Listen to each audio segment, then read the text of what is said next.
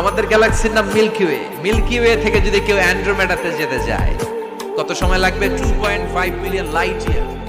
Light year মানে আলোক বর্ষ। আলোর গতিতে যদি ছোটা যায় 2.5 মিলিয়ন মানে হচ্ছে প্রায় 25 লক্ষ।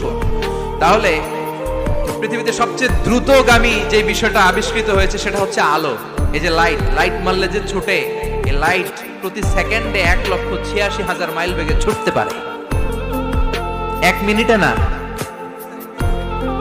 1 ঘন্টা না, 1 মিনিটে না, 1 সেকেন্ডে আলো চলে যায় কয় mile? 1,86,000। Could you imagine that? আপনি কল্পনা করতে পারেন? হয়তো মাথা নাড়াইতেছেন। এটা কি কল্পনা করা যাবে?